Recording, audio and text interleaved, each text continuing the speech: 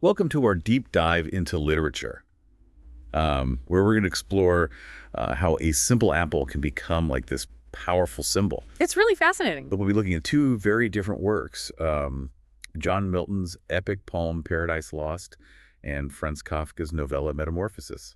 Yeah, it's really interesting to see how this everyday object, something we all kind of take for granted, becomes this vehicle for exploring such huge themes, from theological questions about good and evil in Milton's 17th century world to like the existential anxieties of the 20th century with Kafka. Milton, of course, gives us that classic story of Adam and Eve, Yeah. the forbidden fruit, the serpent's temptation, humanity's expulsion from paradise. But here's where it gets interesting. The apple, as we picture it, like is actually named to the Bible. Right, yeah, the biblical text just refers to a fruit that gives knowledge of good and evil. It's Milton who really solidifies this image of the apple in our collective imagination. So why do you think Milton chose the apple? I mean, it wasn't just some random selection, right? Oh, no, not at all. Milton was a huge scholar of Latin, and in Latin, the word for apple is malum, which also means evil. Oh, wow. So by calling it an apple, he's cleverly connecting the fruit to sin and transgression. Yeah. It adds like this whole other layer of meaning to the story. It's so clever, that linguistic connection. I mean, it Yeah. makes you wonder how aware Milton was of those like dual meanings and how they might have influenced his writing. So in Paradise Lost, the apple becomes this ultimate symbol of temptation and the pursuit of like forbidden knowledge. But it's not just about knowing more, is it? No, exactly.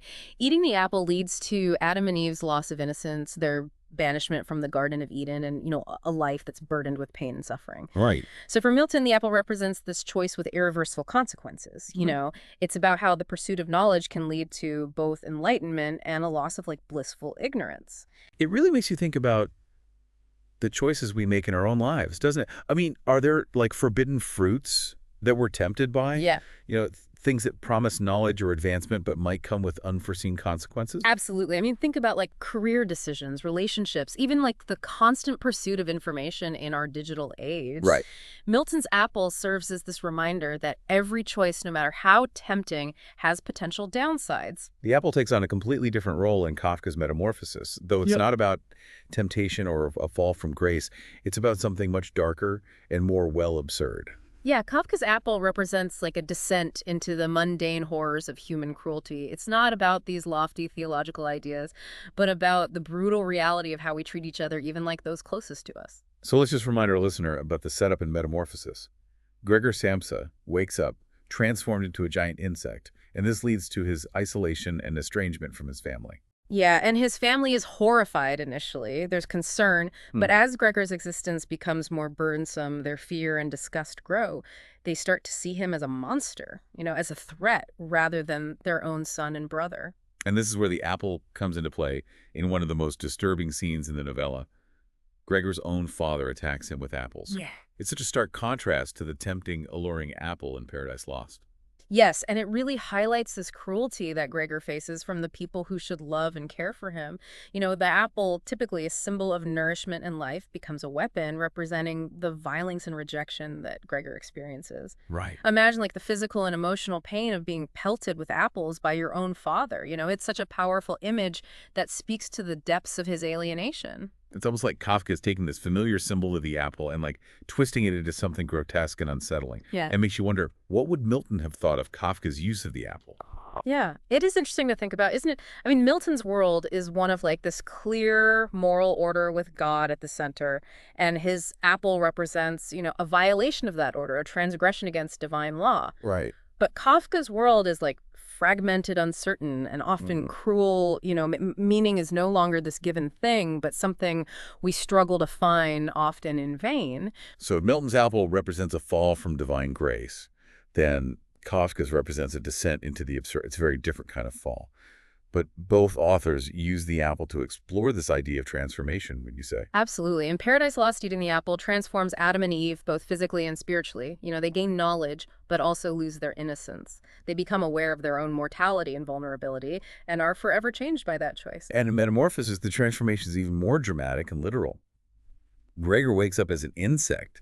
This physical change reflects a deeper internal shift, a growing sense of alienation and despair as he grapples with his new monstrous identity. Yeah, and both works really explore this idea that transformation, whether by chance or circumstance, can be a very painful and isolating experience.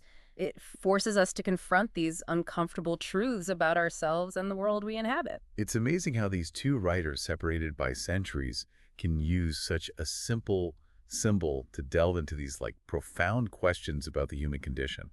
Makes you think about how a reader in Milton's time might have interpreted the apple differently from someone reading Kafka, centuries later. Yeah, that's a really insightful point. I mean, for a 17th century reader who's steeped in these Christian beliefs, Milton's apple would have resonated really deeply with their understanding of sin temptation and the consequences of disobeying God. Right. It was served as this stark reminder of their own fallibility and the need for redemption. It would have been like this cautionary tale warning them against, straying from the path of righteousness. But for a reader in the 20th century, a world shaped by war, scientific advancements, and the decline of traditional religious beliefs, Kafka's apple would have struck a different chord. Oh, absolutely. Kafka's apple would have reflected their own anxieties about alienation, the breakdown of family and societal structures, and the search for meaning in a world that often feels absurd and chaotic. Right. Gregor's transformation into an insect and his subsequent rejection by his family could be seen as a metaphor for the individual's struggle to find connection and belonging in a modern world that can feel really cold and indifferent. So we have these two apples, each reflecting the anxieties of their respective eras. Milton's apple embodying the fear of God's judgment, while Kafka's embodies this fear of meaninglessness and isolation in a world that seems to have lost its moral compass. Precisely, it highlights how literature can act as this cultural barometer reflecting the evolving fears, hopes, and anxieties of the societies that produce it. As we're discussing this, I can't help but think about my own life and the times I felt like an outsider. Have you ever felt like Gregor misunderstood or even rejected by those you thought were closest to you? It's a question Kafka's work invites us to ask ourselves, isn't it? I mean, have we ever felt like we've undergone a transformation, perhaps not as dramatic as Gregor's, but a change that's left us feeling alienated or unable to connect with others in the way we once did? Right. Kafka holds up that apple not just as a symbol of rejection, but as like a mirror reflecting our own experiences of pain and isolation. It makes you think about the times you've felt like an outsider, the times you've been misunderstood, or even the times you felt like a stranger to yourself. Yeah, and it also challenges us to consider how we treat those who are different, those who have undergone transformations that might make them seem strange or even threatening to us. Right. Are we capable of empathy and understanding, or do we react with fear and rejection as Gregor's family does? These are such powerful questions, and it's fascinating how a simple apple can lead to such profound reflections. That's the power of literature, isn't it? It can transform the most ordinary objects into symbols that resonate really deeply with our own experiences and force us to grapple with these complex truths about ourselves and the world around us. So after diving deep into these two literary masterpieces, what stands out to you as the most significant takeaway? For me, it's the enduring power of symbols to hold such diverse meanings and to connect with us on this really personal level. The apple in its simplicity becomes this powerful lens through which we can explore the human condition, our anxieties, our desires, and our eternal search for meaning. I completely agree. It's a reminder that even seemingly simple things can hold these hidden depths and complexities just waiting to be discovered before we wrap up our deep dive. I have one final question for you. I'm all ears. If you had to choose a symbol to represent your own journey of self-discovery, what would it be and why? That's a challenging one. There's so many possibilities, but I think I would choose a compass. A compass? That's an interesting choice. Tell me more. Well, a compass to me represents the journey of self-discovery as like a process of exploration and navigation. It's about finding our own true north, even when the world around us feels chaotic and uncertain. It's about trusting our inner guidance, even when we encounter obstacles or get lost along the way. And it's about recognizing that the journey itself is just as important as the destination. I love that a compass is such a perfect symbol for that ongoing journey of self-discovery. It reminds us that there's always more to explore, more to learn, and that even when we feel lost, we have the inner resources to find our way. Exactly. And just like a compass, our journeys of self-discovery are unique and personal. There's no single right path or destination. What matters is that we keep exploring, keep seeking, and keep trusting our own inner compass. So bringing it back to the apple, it's incredible how this one fruit can be a symbol of temptation and rejection, knowledge, and absurdity. It really shows how much meaning we as humans project onto the world around us. Yeah, and what's so fascinating is how the apple acts as this kind of Rorschach test. It reveals as much about the author and the reader as it does about the story itself. Milton sees the apple through the lens of his faith, while Kafka sees it through the lens of his own experience of alienation and the anxieties of modern life. Yeah. And we as readers bring our own unique perspectives to the table as well. It's like they're both holding up this apple, but they're seeing completely different worlds reflected in it. And we as readers participate in that meaning-making too.